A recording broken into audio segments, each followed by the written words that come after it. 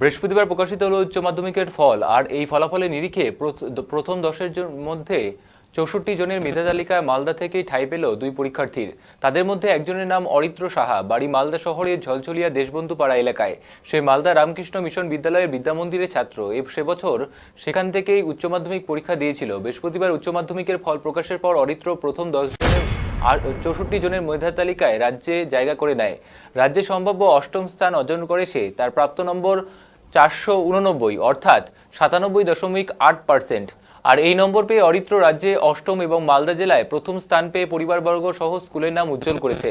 স্বভাবতই অরিত্রর এই সাফল্যের পর মালদা রামকৃষ্ণ মিশন বিদ্যালয়ে বিদ্যামন্দির সহ তার বাড়িতেও খুশির আবহ বিরাজমান।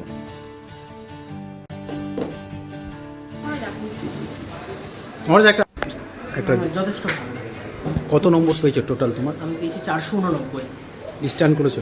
হ্যাঁ। রাজ্যে অষ্টম হয়ে তোমার কেমন লাগছে এখন? আমার সত্যি খুবই ভালো লাগছে। তুমি কি আশা করেছিলে? হ্যাঁ, আমি আশা করেছিলাম যে র্যাঙ্ক হবে, তবে মানে একটু মনে ভয়ও ছিল। হয়েছে শেষ পর্যন্ত, ঠাকুরের ইচ্ছে। খুব ভালো লাগছে।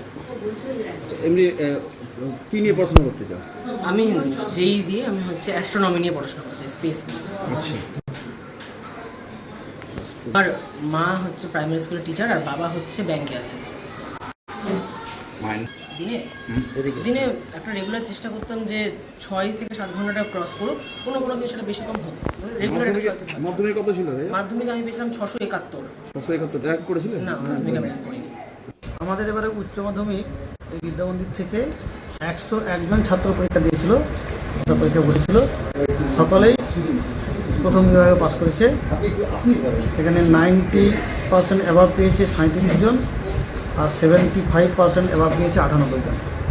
আর এবারে আমাদের রাজ্যের মেধা তালিকায় একজন ছাত্র স্থান পেয়েছে, অরিত্র সাহা। অরিত্র সাহা পেয়েছে এবারে 489 নাম্বার। এই ফলের জন্য কি আপনি খুশি, না আরো ভালো আশা করেছিলেন? এমনি ঠিকই আছে। এমনি আমরা আবুল আহিল সিদ্দিকি ও 11তমে আছে, ওই ছেলেটিও খুব ভালো ছিল, ও 11তমতে আছে। ঠিক আছে এমনি।